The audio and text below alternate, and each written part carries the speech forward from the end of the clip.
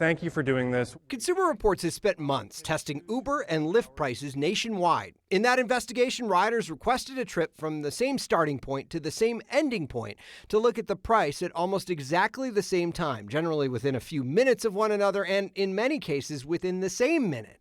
The result? Many riders saw very different prices. We had about 175 people from across the country look at different prices for the same ride at the same time. People do get different prices for essentially the same ride. In a test near Florida's Gulf Coast, two riders looked up the same ride between two towns at the same time. One was quoted close to $95. The other would have paid almost $66. Same trip, same time, same app, a difference of nearly $30. The investigation also raised concerns about discounts and crossed out prices.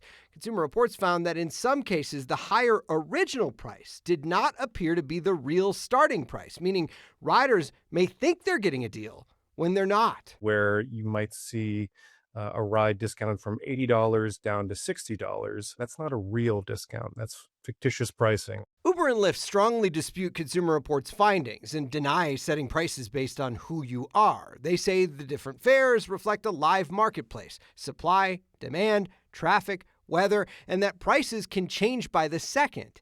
Both companies also deny offering discounts that weren't real. Consumer Reports also found that the companies are keeping a bigger slice of every fare, between 43 to nearly 50%.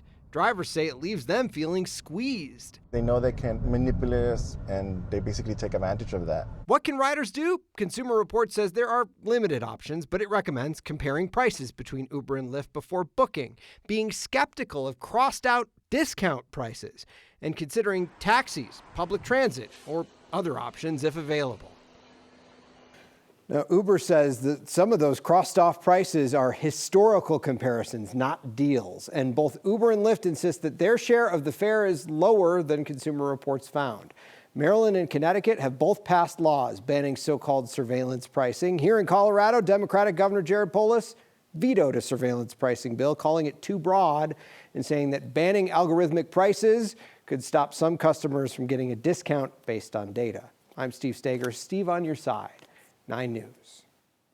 It doesn't seem fair when they say everything from weather to traffic conditions. It just means we can set whatever price we want, doesn't it? You know, and they're making the argument that when these volunteers all booked things at the same time, that the system may have seen that there was more supply or more demand, not enough supply, that would drive up the price. They're saying those are the types of things that make adjustments, but it certainly raises questions, and Consumer Reports obviously did some control for time here. I mean, all these folks were within about a minute of each other, a minute or two, of booking these rides and seeing completely different cases. We saw they did 3 specific ones here in Colorado.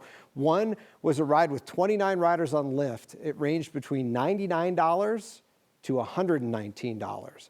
And they found in the 3 Colorado trips that they looked at specifically, about a 40% difference was the highest that they could find in prices between different riders who were booking those trips at the exact same time using the exact same app. That is so irritating. Yeah. It really sends you over the edge. Hopefully something's done. It's a good reminder to, if you're traveling with someone, have them pull up the app too and see if you can get a different See what price. they get, see what you get. Yeah. Yep, good point. Thanks, Steve.